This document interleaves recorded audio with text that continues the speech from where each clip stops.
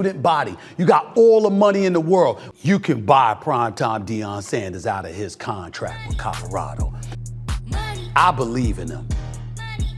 America believes in him.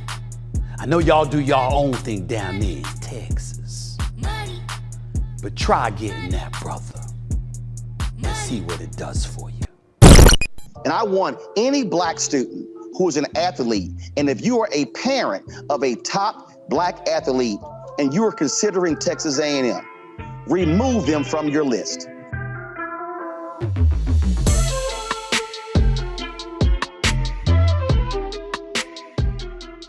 And so here we go again, back with another one. Welcome to the Dark Times channel.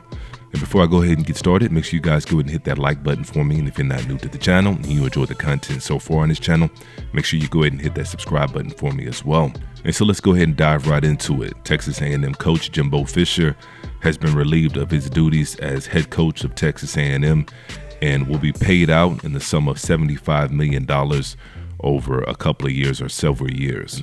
And so that leaves room for a lot of speculation out there. And people are starting to speculate that perhaps Texas A&M will go after Deion Sanders. Pockets are deep, okay? You need to buy primetime Deion Sanders out of his contract and get that brother to the SEC. Primetime Deion Sanders is the man for that job, not Bobby Petrino or one of those old hands that you're gonna pluck from obscurity and bring them back into the fold. No, you need somebody who can recruit. You need somebody who can go out there and get some hogs for you, some dogs, because that's what they're missing in Colorado. See, if you watch Colorado this year, yeah, they started off being in TCU, they beat Nebraska. Of course, that game against Colorado State was epic and impressive and all of that stuff. And they've nosedived, they lost four straight. They haven't won in a month, we get all of that. Here's the reality. They were 1-11 last year. It's a miracle they won the games that they won. He's got about 86 new players on the squad. We get all of that. What he doesn't have is those brothers, white and black and beyond, who eat hogs for breakfast. He don't have that. He don't have those meat and potato dudes with blubber all over the place, looking like Rasputia from the movie Norbit. He don't have those blocking for his running back and protecting his son at the quarterback position and giving them some time to throw. And don't get me started on the defensive side of the ball. He don't have that. That would not be a problem if he was at Texas A&M. You think that primetime Deion Sanders can't recruit against Nick Saban or Kirby Smart or Brian Kelly? You think he can? Why don't you try it? Why don't you try it? Let's not be comfortable, Texas A&M. You got immaculate facilities. You got a great faculty, great student body. You got all the money in the world. What you need is somebody to deliver. And since you can afford to pay Jimbo Fisher $76 million to walk the hell away, you can buy primetime Deion Sanders out of his contract with Colorado and get that brother to Texas A&M. If he did what he did to bring attention to Colorado in a matter of months to the point where it was more box office for television to watch Colorado at spring training more than watching Kirby Smart and the reigning two-time defending national champions at Georgia. Imagine if primetime Deion Sanders was at Texas A&M.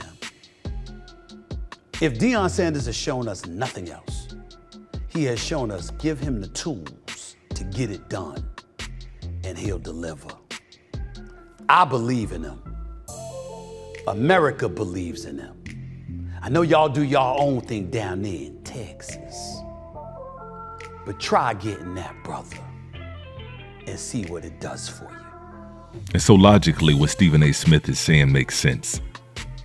On the surface, yeah, it makes sense. It's a good idea, both for Texas A&M and both for Deion Sanders.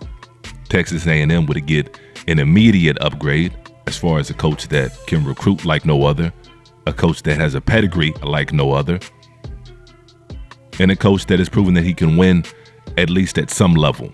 And then also a coach that has proven that he can generate millions and millions of dollars like no other in a weekend.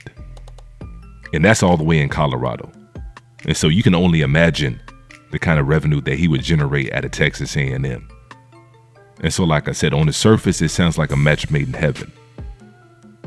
But underneath the surface, it's a match made in hell. And I'll tell you why. Because when you're talking about Texas A&M, you're talking about one of the most historically racist colleges in America.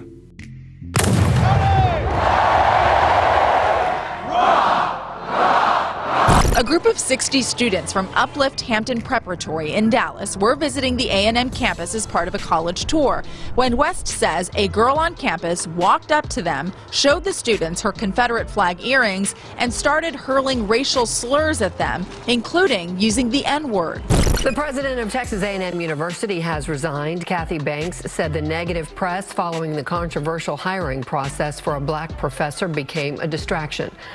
And I want any black student who is an athlete, and if you are a parent of a top black athlete and you are considering Texas A&M, remove them from your list. You're talking about a university that made headlines a few months ago because the president of the university decided to hire a black professor.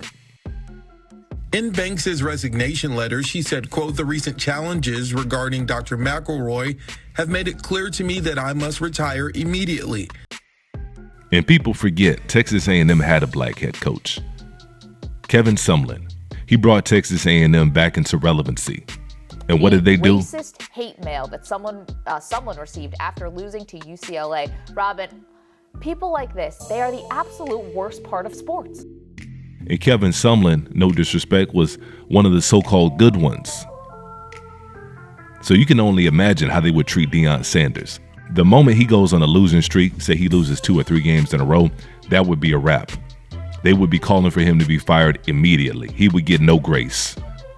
You can only imagine how they would feel looking down at that sideline, seeing 2 Chainz or the Baby, Snoop Dogg. And so there's no way in hell I see this happening. And if anything, I could see Deion Sanders maybe using the Texas A&M as some kind of leverage to renegotiate his contract with Colorado. Because whatever he's getting paid at Colorado, whatever he negotiated, he's outperformed his contract. They should definitely want to come back to the negotiating table and see what they can do and see what they can work out for Deion Sanders to make sure that he stays in Colorado for at least a few more seasons. And so if anything, I believe we'll see Deion Sanders probably get a new contract in the offseason. But like I said, I don't think there's any chance of Deion Sanders going to A&M. I think he knows better than that. But let me know how y'all feel about it in the comments below. And make sure you hit the like button on your way out. And if you're not new to the channel and you enjoy the content so far on this channel, make sure you go ahead and hit that subscribe button for me. And as usual, peace and chaos.